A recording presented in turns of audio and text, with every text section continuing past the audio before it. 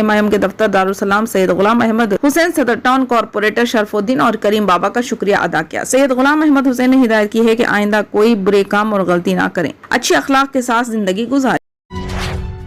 مدھیہ پردیش کے اندور کے مندر میں سری رام نومی تقریب کے موقع پر پیش آئے حادثے میں اب تک 13 لوگوں کی موت ہو چکی ہے جبکہ متعدد زخمی ہوئے ہیں. میڈیا اطلاعات کے مطابق رام نومی کے موقع پر بڑی تعداد میں لوگوں نے اندور کے پٹیل نگر میں شری بلیشور مہادیو جھولے لال مندر میں منعقدہ تقریب میں شرکت کی. اسی دوران مندر کے کنویں کی چھت گرنے سے 25 سے زیادہ لوگ اس میں گر گئے. اب تک بہت سے لوگوں کو بحفاظت نکال لیا گیا. راحت اور بچاؤ کا کام جاری ہے. کہا جا رہا ہے کہ مرنے والوں کی تعداد بڑھ سکتی ہے. بتایا جا رہا ہے کہ حادثے میں مرنے والوں کے لواحقین رو رو کر بری حالت میں ہے. ایک خاتون اور ایک بچہ سمیت 19 افراد کو کنویں سے نکال لیا گیا. دوسرے کے لیے آکسیجن فراہم کر دی گئی. حادثے کے بعد لوگوں میں کافی غصہ دیکھا جا رہا ہے. کارپوریشن حکام کے مطابق کنواں 40 فیٹ گہرا ہے. اس پر لوہے کا جال بچھائی گئی تھی. اس لوہے کی جالی پر بھی سلیب لگا کر بنایا گیا تھا.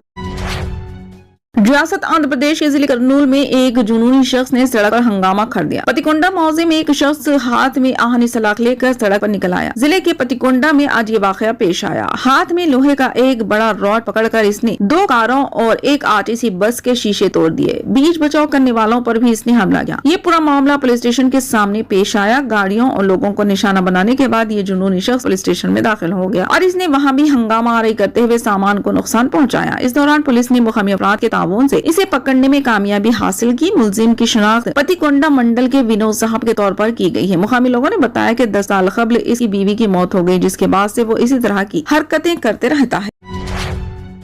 سری رام نومی کے جلوس کے موقع پر ملک کی 4 ریاستوں مغربی بنگال، گجرات، مہاراشٹر اور دہلی میں فرقہ وارانہ تشدد کے واقعات پیش آئے. میڈیا رپورٹس کے مطابق اس دوران کئی کاروں بشمول پولیس کی گاڑیوں کو نقصان پہنچایا گیا اور سیکیورٹی عملے نے ہجوم کو منتشر کرنے کے لیے آنسو گیس چھوڑا. مغربی بنگال کے ہاوڑا میں قاضی پاڑا محلے میں جلوس کے دوران تشدد پھوٹ پڑا جس میں کئی گاڑیوں کو نقصان پہنچایا گیا جس میں پولیس کی گاڑیاں بھی شامل ہے. کئی دکانوں کو آگ لگا دی گئی. پولیس نے ہجوم کو منتشر کرنے آنسو گیس شیل برسائے. دہلی کے جہانگیر پور علاقے میں فرقہ وارانہ کشیدگی دیکھی گئی. رام نومی کے موقع پر پولیس نے جلوس کی اجازت نہیں دی جس پر کئی لوگ جمع ہوئے اور جے شری رام مندر یہی بنائیں گے کے نعرے لگائے. پولیس نے بتایا کہ تقریباً 2000 جمع ہوئے. جہانگیر پوری میں گزشتہ سال ہنومان جینتی جلوس کے دوران فرقہ وارانہ تشدد ہوا تھا. گجرات کے وڈودرا کے فتح پورہ علاقے میں گاڑیوں کو نقصان پہنچایا گیا اور وڈودرا میں 2 جلوسوں پر پتھراؤ کیا گیا اور ایک واقعے میں بعض افراد زخمی ہوئے. پولیس کی نگرانی میں جلوس گزر گیا. تاہم پولیس نے بتایا کہ صورتحال قابو میں ہے اور علاقے میں امن بحال کر دیا گیا.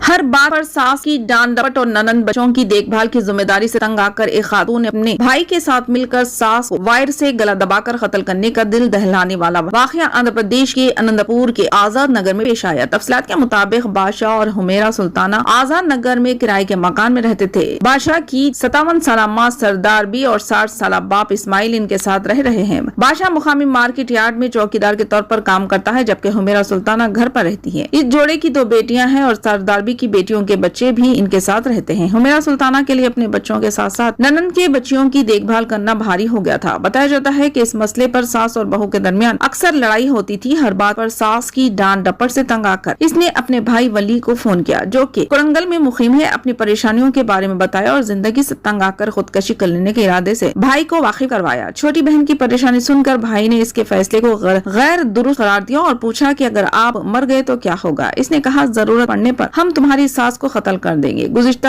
رات شوہر بادشاہ مارکیٹ یارڈ میں ڈیوٹی پر گیا اور ولی بہن کے گھر رات 10:30 بجے پہنچا. انہوں نے واشنگ مشین کی وائر لے کر بستر پر سوئی ہوئی سردانی کے گلے میں لپیٹ کر ساس کا گلا دبا کر قتل کر دیا اور ساس کی موت کی تصدیق ہونے کے بعد ولی وہاں سے چلا گیا. اس کے بعد حمیرہ سلطانہ نے قتل کے الزام سے بچنے چوروں کے گھر میں داخل ہو کر ساس کا قتل کرتے ہوئے سونے کے زیورات لوٹ لینے کی کہانی بنائی. اس نے شوہر کو فون کر کے بتایا کہ نامعلوم افراد نے تمہاری والدہ کو قتل کر دیا اور گلے سے طلائی چین بھی لے گیا. بادشاہ نے فوراً گھر کے مالک کو فون کر کے معاملہ بتایا اور پولیس کو اس کی اطلاع دی اور 100 ڈائل کرنے کے بعد incharge DSP Srinivasulu, Anantapur rural CI Bhaskar Goud, 3 town CI Srinivasulu اور 4 ٹاؤن CI ذاکر حسین وہاں پہنچ گئے اور قتل کی وجوہات کے بارے میں دریافت کیا. بہو کے تضاد بیان سننے کے بعد پولیس کو شک ہوا کہ سرداری کو نامعلوم افراد نے قتل نہیں کیا اور پولیس نے شک کی بنیاد پر حمیرہ سلطانہ کو حراست میں لے کر تفتیش کی تو اصل کہانی سامنے آئی. حمیرہ سلطانہ اور اس کے بھائی ولی کو حراست حراست میں لے لیا گیا۔